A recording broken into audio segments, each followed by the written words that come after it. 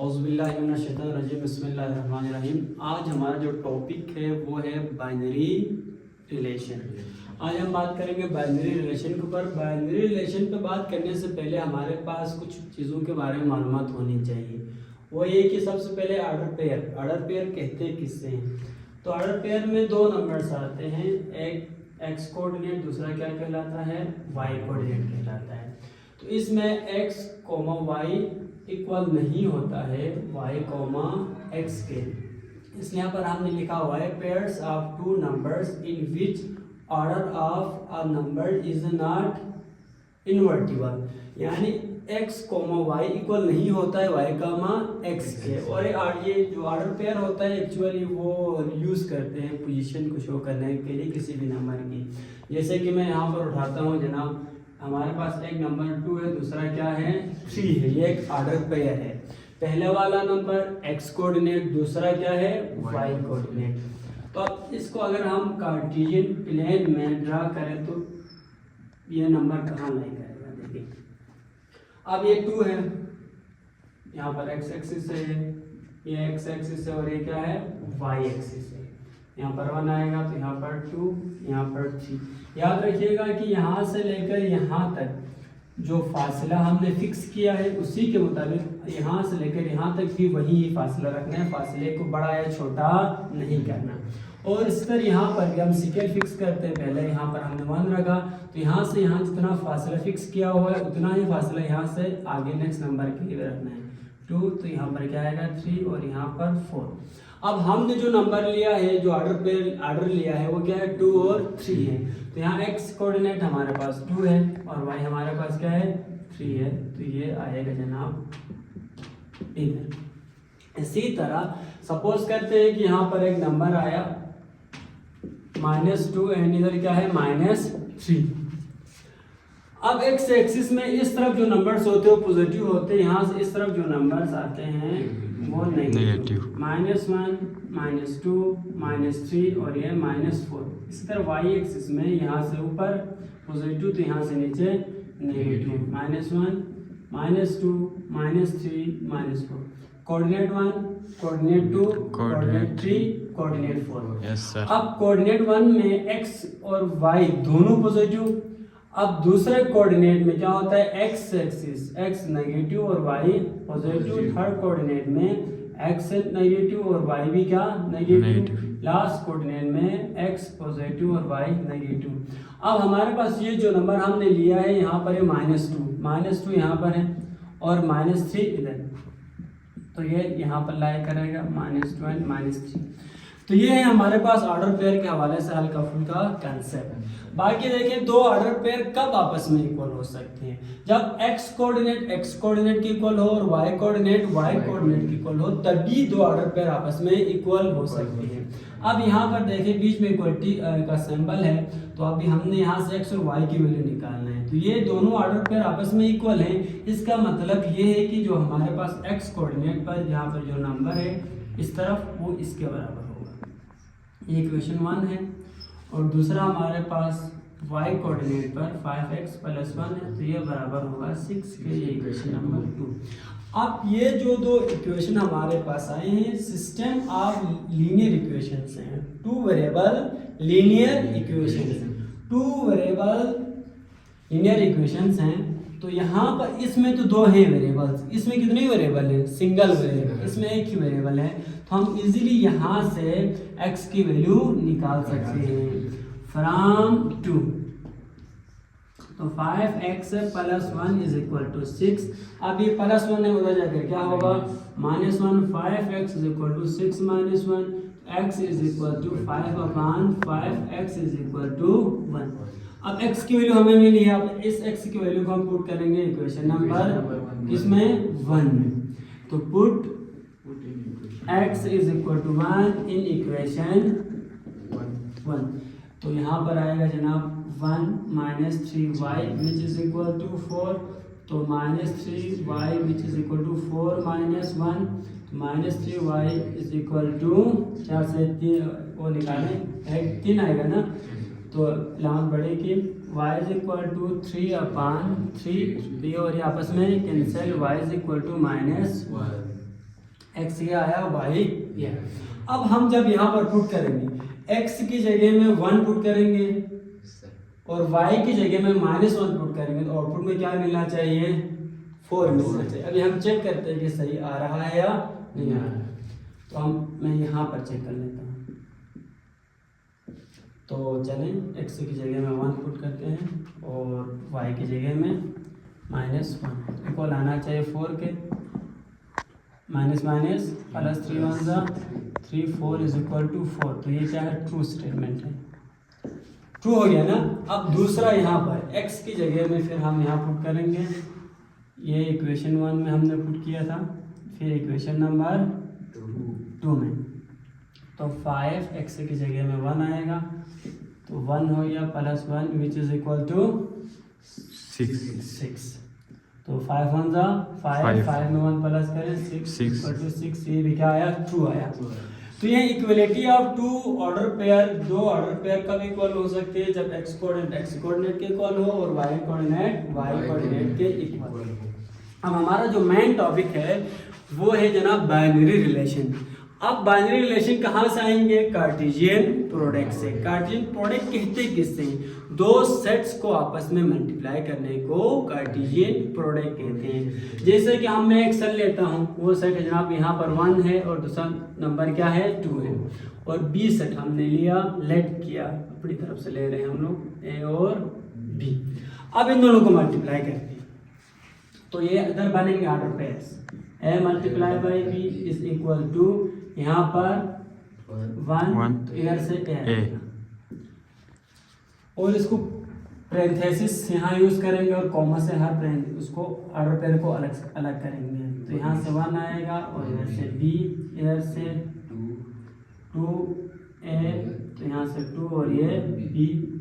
तो यहाँ पर अभी हमने जो काम किया यहाँ पर ये क्या किया, कार्टेशियन प्रोडक्ट निकाला है किस चीज का, ए सेट और बी सेट। ए सेट में हमारे पास 2 एलिमेंट्स थे, बी सेट में भी 2 एलिमेंट्स थे। तो यहाँ पर 2 2 जा 4, कार्टेशियन प्रोडक्ट के अंदर हमारे पास 4 एलिमेंट, 4 ऑर्डर पेयर आना चाहिए 1 2 3 4। अब देखें बाइनरी रिलेशंस। बाइनरी रिलेशन हम निकालते कहाँ से, कार्टेशियन प्रोडक्ट के अंदर जो ऑर्डर पेयर नहीं आते उधर से ही निकालते हैं। तो अब यहाँ कितने बाइनरी रिलेशन बन सकते हैं, तो यहाँ पर 1 2 3 4 नंबर्स हैं, तो 2 की power 4 which is equal to 16 binary relation बन सकते हैं इसके। अगर यहाँ पर 4 एलिमेंट्स नहीं होते 5 होते तो इसकी जगह में क्या आता 5 आता, तो यहाँ पर 32। अगर इसकी जगह में यहाँ पर 6 होते तो यहाँ पर फिर 64। इस पर अगर यहाँ पर 7 आते तो यहाँ पर 1 2 8 सो ऑन। इस 2 की पावर n, 2 की पावर n रिलेशन से जनरल फार्मूला है। अभी हमारे पास यहाँ पर जो ऑर्डर पेयर आ रहे हैं वो कितने आ रहे हैं 1 2 3 4। तो अब इसलिए इसकी जगह में n की जगह में 4 आएगा और ये बराबर होता है 16 मल्टीप्लाई बाय b जो हमने यहाँ पर लिखा है 1 a, 1 b, 2 a और ये है जनाब 2 b। अब पॉसिबल बाइनरी रिलेशंस हम इसके निकालते हैं। तो पहला जो रिलेशन आता है वो एम्प्टी। अब दूसरा रिलेशन हम इन सबको एक एक दफा लिखेंगे, जैसे 1 a ये एक रिलेशन हो गया, फिर R2 1 b, R3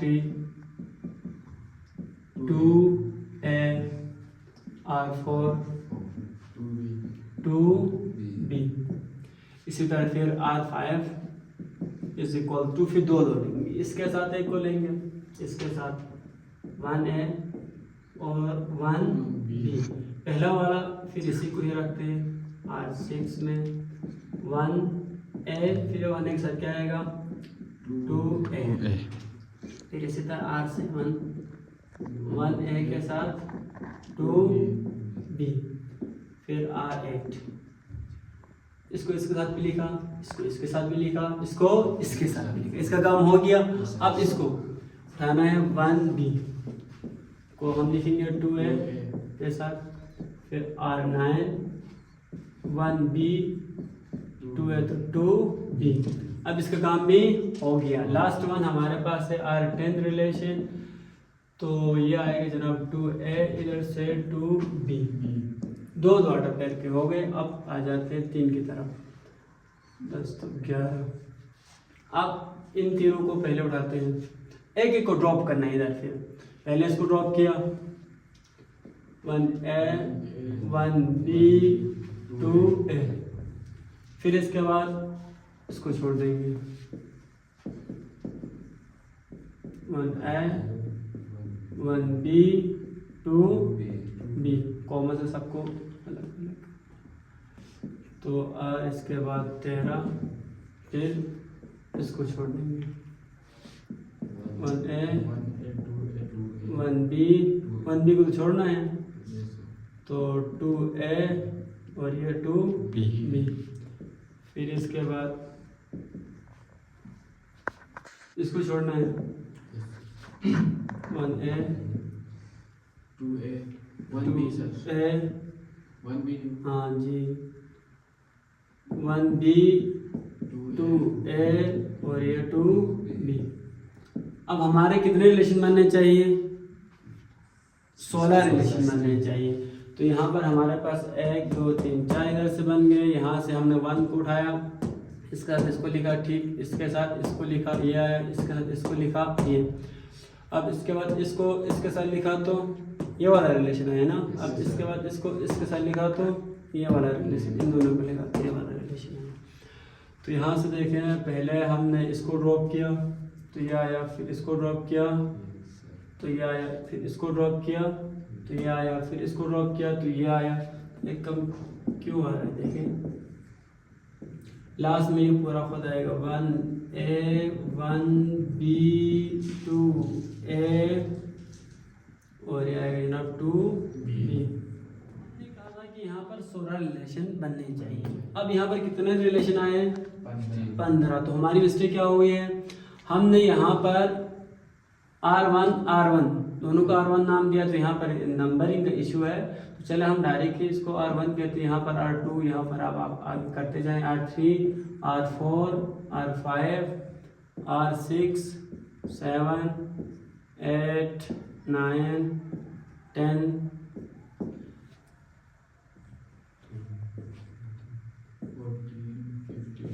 तो 16। ये 16 हमारे रिलेशन बन गए। अब याद रखिए जनाब, ये तमाम बाइनरी रिलेशंस फंक्शन नहीं होंगे, ये तमाम बाइनरी रिलेशन फंक्शन नहीं होंगे। Every binary relation is not function, her binary relation function नहीं होता। तो अभी हमारा जो नेक्स्ट टॉपिक आएगा वो फंक्शंस के ऊपर आएगा कि बाइनरी रिलेशन। एक बात याद रखें कि हर बाइनरी रिलेशन फंक्शन नहीं होता। फंक्शन होने के लिए कुछ शराइत हैं, उनमें से पहला शर्त ये है कि ये जो बाइनरी रिलेशन का जो डोमेन है, डोमेन किसे कहते हैं, यानी जो यहाँ पर जो 1 नहीं है, इस रिलेशन का डोमेन 1 है, इस रिलेशन का डोमेन भी 1 है, इस रिलेशन का डोमेन 2 है, इस रिलेशन का डोमेन 2 है, इस रिलेशन का डोमेन 1 है, इस रिलेशन का डोमेन 1 और 2 है, इस रिलेशन का डोमेन 1 और 2, इस रिलेशन का डोमेन 1 और 2, इसका डोमेन 1 और 2, इसका डोमेन 2, यहाँ रिपीट नहीं लिखते, सर नहीं की दफा लिखते 2। अब इसका डोमेन क्या होगा? 2 होगा, 1 और 2 होगा, रिपीट नहीं लिखते। इसका डोमेन भी क्या है? 1 और 2। इसका डोमेन क्या है? 1 और 2। इसका डोमेन क्या है? 1 और 2। इसका डोमेन क्या है? 1 और 2। अब ये रिलेशन फंक्शन है या नहीं है, उसके लिए हमने 2 चीज़ें देखनी होती है। सबसे पहला चीज़ ये कि ये जो रिलेशन है, इस रिलेशन का डोमेन फर्स्ट सेट के बराबर आना चाहिए। रिलेशन का डोमेन फर्स्ट सेट के बराबर आना चाहिए, पहली शर्त। दूसरी शर्त ये है कि रिलेशन के डोमेन में रिपीटेशन नहीं होना चाहिए, रिलेशन के डोमेन में रिपीटेशन नहीं होना चाहिए। अब पहला यहाँ देखें, यहाँ पर R1 से लेकर R हमारे पास 5 तक, इन सब का डोमेन फर्स्ट सेट के बराबर नहीं आ रहा। इसका डोमेन 1 आ रहा है, फर्स्ट सेट में क्या है? 1 और 2 है। अब इसका डोमेन 1 आ रहा है, यहाँ 1 और 2 है। इसका डोमेन क्या आ रहा है? 2, तो ये इसके बराबर नहीं आ रहा है। इसका डोमेन भी इसके बराबर नहीं आ रहा है। अब आ जाए जनाब R6 में, R6 का डोमेन भी RA1 के बराबर नहीं आ रहा है, फर्स्ट सेट के बराबर नहीं आ रहा है।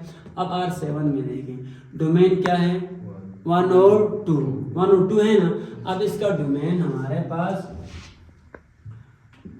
Domain of R7 is equal to 1 and 2 which is equal to set set A, first set के बराबर है। तो ये R7 क्या कहलाएगा? फंक्शन कहलाएगा। ये हमारे पास क्या है?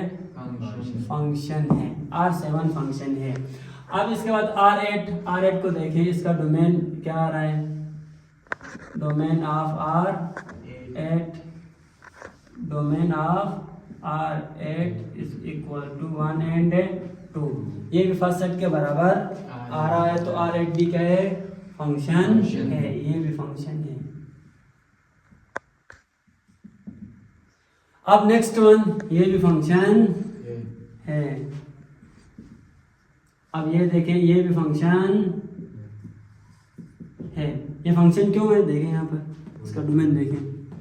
अब इसके बाद यहाँ आ जाए जनाब, ये तो फंक्शन नहीं है। इसी तरह इधर आ जाए तो यहाँ डोमेन में क्या हो रही है? रिपीटेशन हो रही है, तो ये फंक्शन नहीं है। यहाँ भी डोमेन में रिपीटेशन है, फंक्शन नहीं है। यहाँ डोमेन में रिपीटेशन है तो फंक्शन नहीं है। डोमेन में रिपीटेशन है तो फंक्शन नहीं है। डोमेन में रिपीटेशन है तो ये फंक्शन नहीं है। फंक्शन होने के लिए दो शर्त हैं। बाइनरी रिलेशन का डोमेन रिपीट नहीं हो, एक।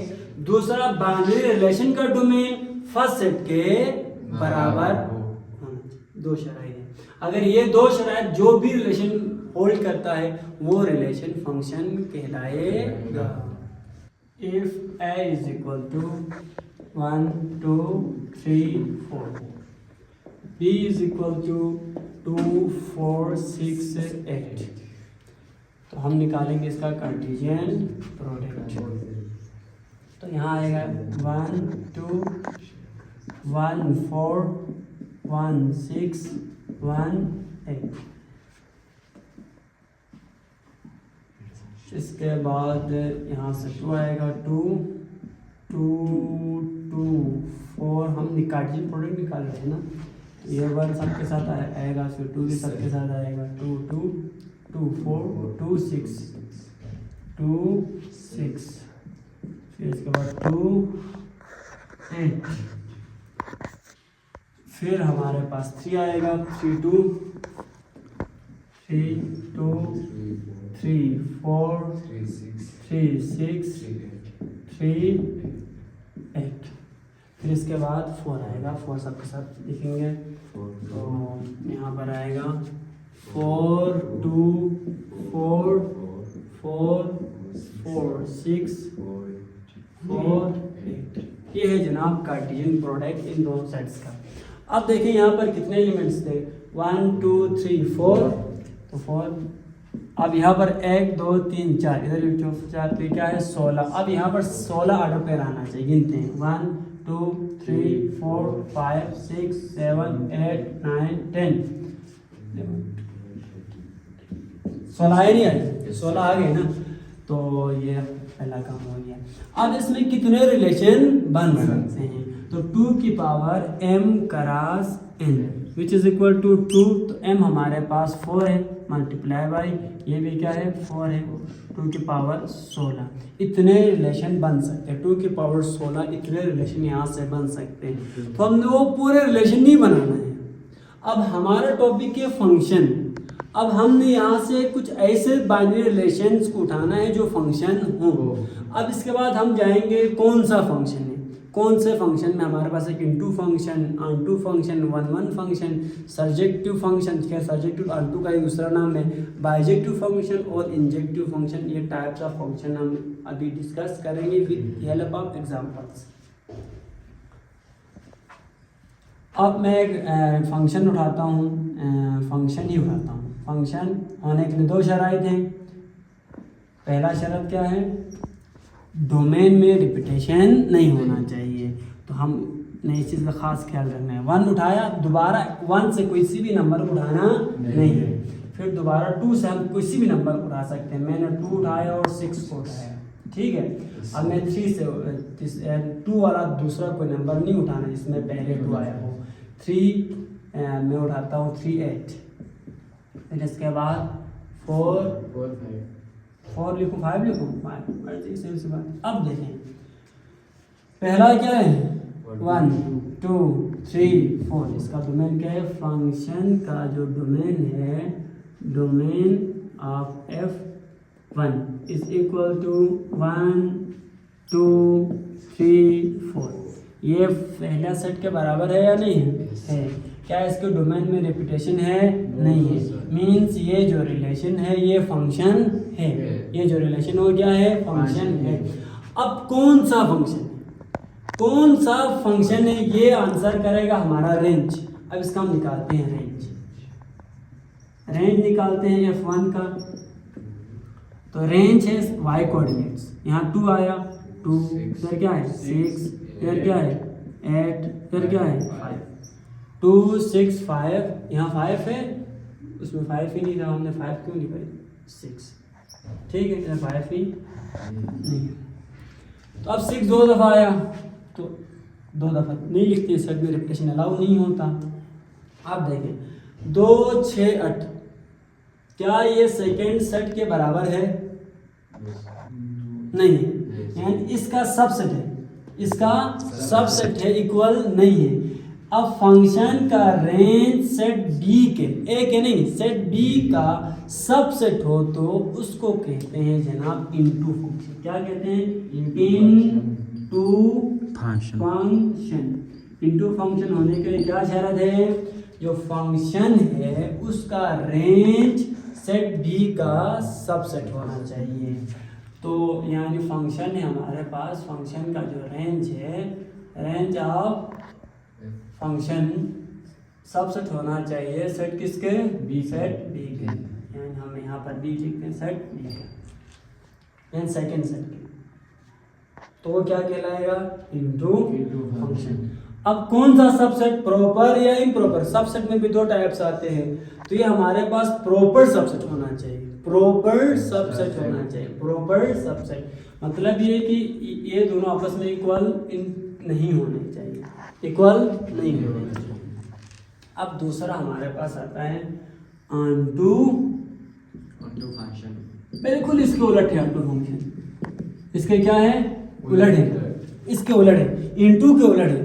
इनटू में इसके बराबर नहीं आना चाहिए, यानी फंक्शन का रेंज सेट बी के बराबर नहीं आना चाहिए, वो इनटू। अगर बराबर आए तो ऑनटू फंक्शन, अगर बराबर आए तो ऑनटू फंक्शन। मैं फंक्शन यहाँ से उठाता हूँ f which is equal to, फिर अपनी मर्जी से उठाते हैं 1 2 2 6 3 8, फिर इसके बाद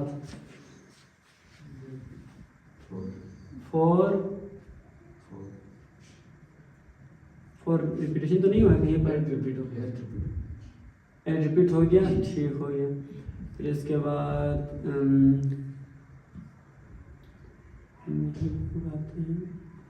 6 आना चाहिए, 2 भी आया, 6 भी आया, 8 भी आया, कौन समझते हैं? 4 ठीक हो गया।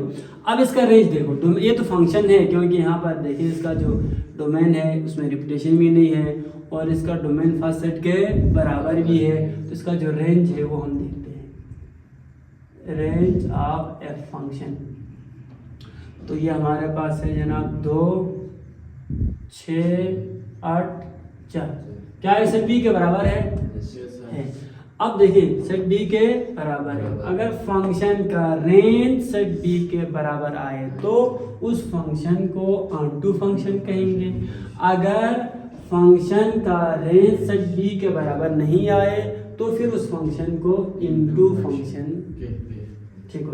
अब ऑनटू फंक्शन का दूसरा नाम है सरजेक्टिव फंक्शन। क्या है? सरजेक्टिव फंक्शन। ऑनटू फंक्शन का ही दूसरा नाम है सरजेक्टिव फंक्शन। अब इसके बाद दूसरा एक आता है जनाब 1 1 फंक्शन, वो बहुत सिंपल है, 1 1 फंक्शन, 1 1 फंक्शन। अब 1 1 फंक्शन के लिए एक ही चीज का एक ही शर्त है, वो फंक्शन जिस तरह यहाँ पर एक शर्त था सेट बी के बराबर नहीं होना चाहिए, यहाँ पर एक शर्त सेट बी के बराबर नहीं होना चाहिए, यहाँ पर शर्त है कि जो फंक्शन है उसके रेंज में रिपीटेशन नहीं होना चाहिए। अब यहाँ देखो रेंज में रिपीटेशन है या नहीं है? नहीं है ना, रेंज में रिपीटेशन है? नो सर, नहीं। ये 1 1 फंक्शन भी है, ये जो है ना ये ऑन टू के साथ साथ क्या है, वन वन फंक्शन भी है। क्यों? इसके रेंज में रिपीटेशन नहीं है। रेंज में रिपीटेशन नहीं है तो ये पहले बात तो ऑन टू फंक्शन है, उसके साथ साथ ये क्या है, वन वन फंक्शन है, क्योंकि रेंज में रिपीटेशन नहीं है। फंक्शन ऑन टू भी हो और वन वन भी हो उसको कहते हैं बाइजेक्टिव फंक्शन। क्या कहते हैं? Bijective function. बाइजेक्टिव फंक्शन यानी वन वन भी हो, सिंपल है, वन भी हो प्लस ऑन टू भी हो तो बाइजेक्टिव फंक्शन कहलाता है। दूसरी बात फिर एक आता है इंजेक्टिव फंक्शन। इंजेक्टिव फंक्शन तो उसके लिए शर्त है वन वन हो, पहली बात क्या हो, वन हो, उसके साथ इनटू हो। ऑन टू हो तो बाइजेक्टिव, इनटू हो तो इंजेक्टिव फंक्शन। अब यहाँ देखते हैं, हमने एक एग्जांपल उठाया था ना यहाँ पर, इसमें हाँ ये सिर्फ वन वन है, ये सिर्फ क्या है, वन वन है, क्योंकि यहाँ पर देखें रेंज में रिपीटेशन हो रही है तो ये सिर्फ वन वन, ये सिर्फ इनटू फंक्शन है, ये सिर्फ क्या है, इनटू फंक्शन है, वन वन नहीं है। क्यों वन वन नहीं है? क्योंकि रेंज में रिपीटेशन हो रहा है। अगर वो रेंज में रिपीटेशन, इसमें रेंज में रिपीटेशन नहीं होता, ये इनटू तो है ना, अब इनटू के साथ साथ इसके रेंज में रिपीटेशन नहीं होता तो फिर ये क्या कहलाता, इंजेक्टिव फंक्शन कहलाता। कि इंजेक्टिव फंक्शन होने के लिए हमारे पास शर्त है वन वन के साथ क्या होना चाहिए, इनटू होना चाहिए, और बाइजेक्टिव फंक्शन होने के लिए शर्त है वन वन के साथ ऑन टू के साथ वन वन भी होना चाहिए, इनटू के साथ वन वन हो तो फिर वो इंजेक्टिव फंक्शन कहलाता है।